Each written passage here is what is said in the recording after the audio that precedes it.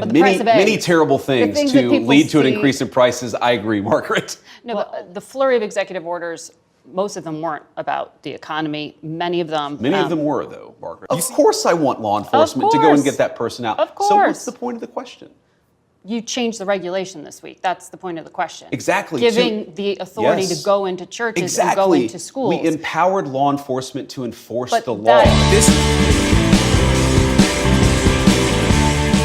J.D. Vance dominates CBS reporter Margaret Brennan in his first sit-down interview as vice president. He demonstrates exceptionally why he was an outstanding vice presidential pick, as this disgraceful, unprofessional reporter tries to get him in a gotcha every single question throughout the whole interview. As always, like the video and subscribe to the channel. But where I want to start in this interview is her asking J.D. Vance about how they're planning to lower prices, because this illustrates perfectly just how bad faith she is and how masterclass J.D. Vance is. Watch. You campaigned on lowering prices for consumers. We've seen all of these executive orders. Which one lowers prices? We have done a lot, and there have been a number of executive orders that have caused already jobs to start coming back into our country, which is a core part of lowering prices. More capital investment, more job creation in our economy is one of the things that's going to drive down prices for all consumers, but also raise wages so that people can afford to buy the things that they need. If you look at our slate of executive orders, no, Margaret, prices are going to come down, but it's going to take a little bit of time, right? The president has been president for all of 5 days. I think that in those 5 days, he's accomplished more than Joe Biden did in 4 years. And you asked specifically, what executive order is going to help lower prices? All of the stuff that we've done on energy, to explore more energy reserves, to develop more energy resources in the United States of America. One of the main drivers of increased prices under the Biden administration is that we had a massive increase in energy prices. Donald Trump has already taken multiple executive actions that are going to lower energy prices, and I do believe that means consumers are going to see lower prices at the pump and at the grocery store, but it's going to take a little bit of time. Rome wasn't built in a day, and while we've done a whole lot, we can't undo all of the damage of Joe Biden's presidency in 4 days. Well, there are a lot of things that contributed to higher energy prices, and there was record oil and gas production. Yes, Joe Biden did many terrible things to lead to an increase in prices. I agree, Margaret. No, but all the things you experience at the grocery store are what people touch and feel. That's what you were talking about, bacon on the campaign trail. Of course, of course. Those things. When do consumers actually get to touch and feel a difference in their lives? Well, Margaret, how does bacon get to the grocery store? It comes on trucks that are fueled by diesel fuel. If the diesel's way too expensive, the bacon's going to become more expensive. How do we grow the bacon? Our farmers need energy to produce it. So if we lower energy prices, we are going to see lower prices for consumers, and that is what we're trying to fight for. Well, the flurry of executive orders, most of them weren't about the economy. Many of them were, though, Margaret. You see how she starts with, name one executive order that's going to lower prices, hoping that he's going to stumble there. And then when he doesn't, it turns into, well, most executive orders weren't about lowering prices. Are they going to pretend to be concerned about the price of groceries now, after all the effort to downplay inflation for the Biden administration? Democrats are so simple-minded. And they're so Trump deranged that they refuse to accept that Trump has been explicitly clear about how he plans to lower prices. Make it easier to do business in America. That's going to lead to tons and tons of investment, which is going to lead to good paying jobs for Americans. Produce in America or get tariffed. That's going to cause international companies to build factories and plants in America, also leading to good paying jobs. Drill, baby, drill. That's a catchphrase, right? That's going to allow us to take advantage of the massive amount of natural resource that we're just sitting on, which will lower energy prices and which will make everything cheaper across the board. And finally, slash regulation. This is going to make it so energy producers can make more energy, and even outside of the energy industry, everyone is going to be able to produce more and more at lower cost, which the savings are going to get passed on to consumers, which, by the way of better jobs from foreign investment, now have more money to spend on products that are cheaper. It's so simple, but they just don't want to hear it because it's coming from the man they called a Nazi and a fascist. And you know this is true because she interrupts him in the middle of explaining this and snarkily says, "Oh, so they're not coming down." Now they move on to the second hottest topic, being immigration. And she tries to get JD Vance in another bad faith gotcha. And JD Vance does another masterclass, and he literally gets her to agree with him and then goes, "So what was the point of the question?" Watch. Do you personally support the idea of conducting a raid or enforcement action in a church service, at a school? Well, let me address this. Of course, if you have a person who is convicted of a violent crime, whether they're an illegal immigrant or a non-illegal immigrant, you have to go and get that person to protect the public safety. That's not unique to immigration. We are going to enforce immigration law. We're going to protect the American people. Yeah. Donald Trump promised to do that, and I believe the U.S. Conference of Catholic Bishops, if they're worried about the humanitarian costs of immigration enforcement, let them talk about the children who have been sex trafficked because of the wide open border of Joe So Biden. you personally let them talk support them about going into people like schools Lake and and Riley who churches? were brutally murdered. I support us doing law enforcement against violent criminals, whether they're illegal immigrants or anybody else, in a way that keeps us safe. Let me ask this question, But Margaret. Let's separate the immigration issue. If you had a violent murderer in a school, of course I want law enforcement to go and course. get that person out. Of So what's course. the point of the question?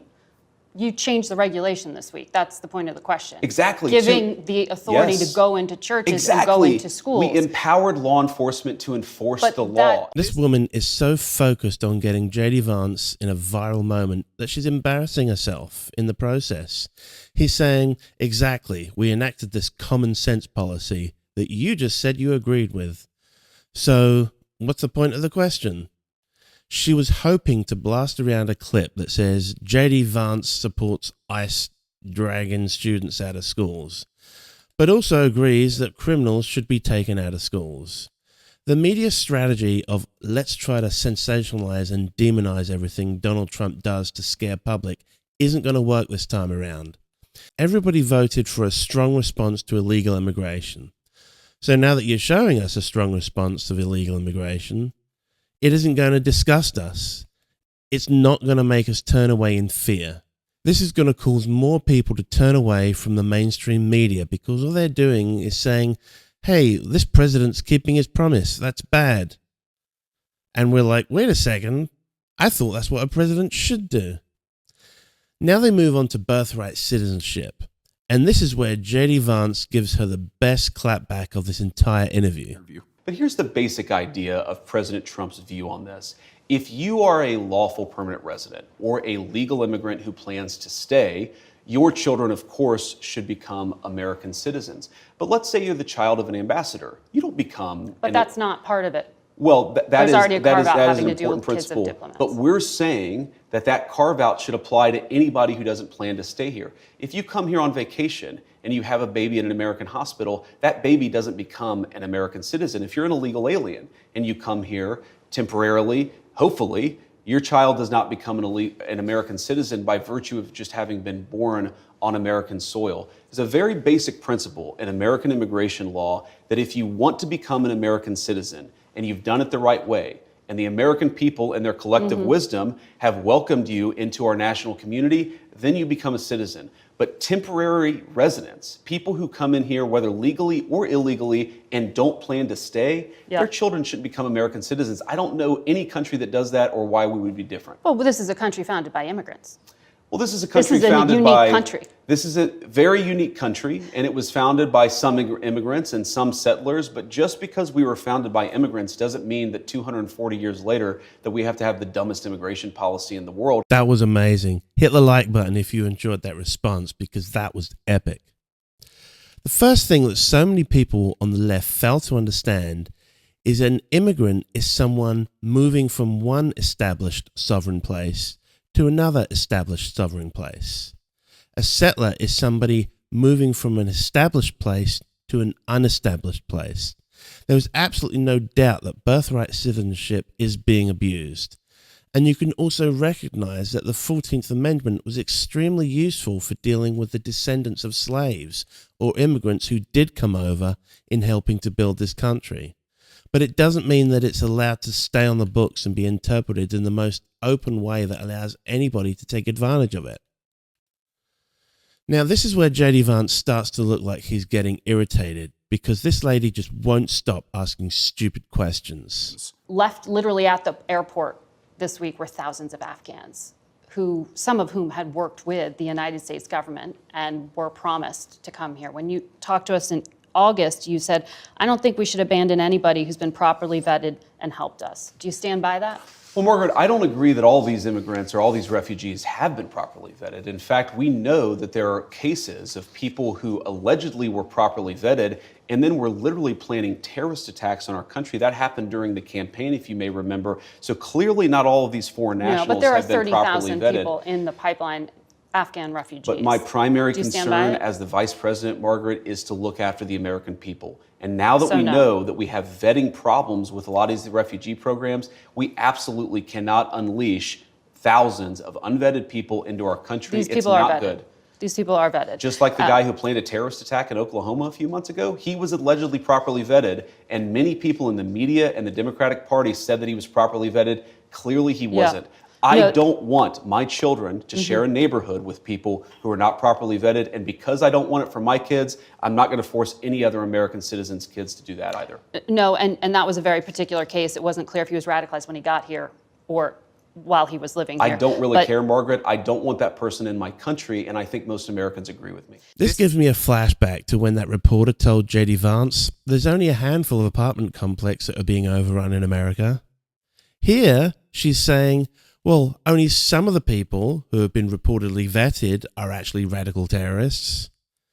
It's like that exposes the whole problem with the vetting process. And if it's proven that the vetting process isn't thorough enough, then why are we letting any of these people in? Like, big shout out to JD Vance for taking this interview, because I would never do another one from this woman. There's a difference from a reporter asking tough, difficult, direct questions to a bad faith reporter like this, just simply being delusional and unprofessional, and literally trying to get you in a gotcha or a clippable viral moment at any cost. Now she asks him about Pete Hegseth being confirmed for Secretary of Defense. And JD says, before you start attacking our guy, let's do a quick recap of how terrible the Biden's military was. Watch. We need a big change. Now, admittedly, there are people who don't like that big change, but it is necessary, and it's explicitly what Donald J. Trump ran on, and I think part of the reason why the American people elected him their 47th president. So the main objective is changing all of that? That it's going to be Pete Hegseth alone? I'd say the main problem the main thing that we want Pete Hegseth to do is to fix the problems at the Department of Defense, and unfortunately there are many. We've gotten into way too many wars that we don't have a plan for winning. We've gotten into way too many misadventures that we shouldn't have got into in the very first place.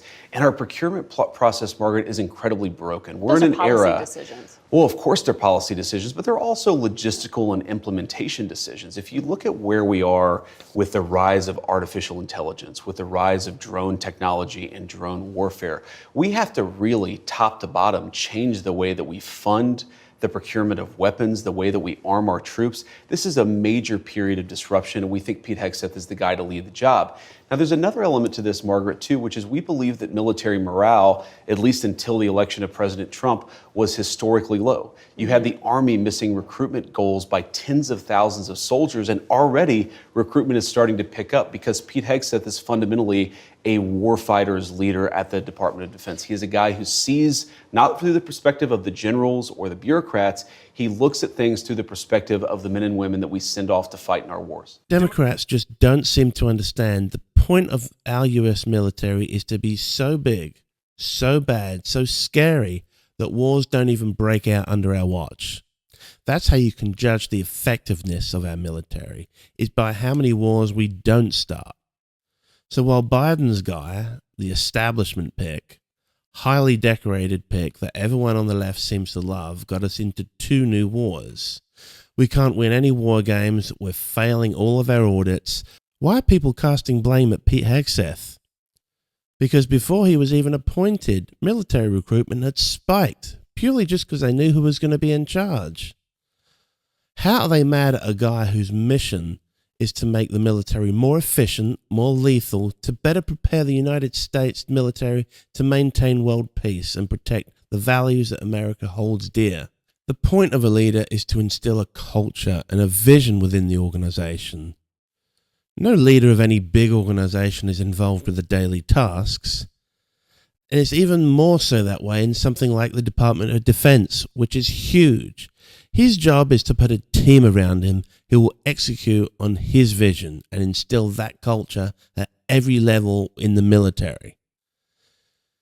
Let me know what you guys think down in the comments section below. Did JD Vance absolutely destroy this reporter or what? If you enjoyed the video, make sure you hit that like button. Make sure you subscribe to the channel. Turn on those notification bells so you guys never miss a video. If you haven't seen enough hypocrisy from the left, please check out my last video where I discuss and compare the pardons that Trump gave on his first day in office to that of Joe Biden's. And it's coming right up here. I'll see you in the next video.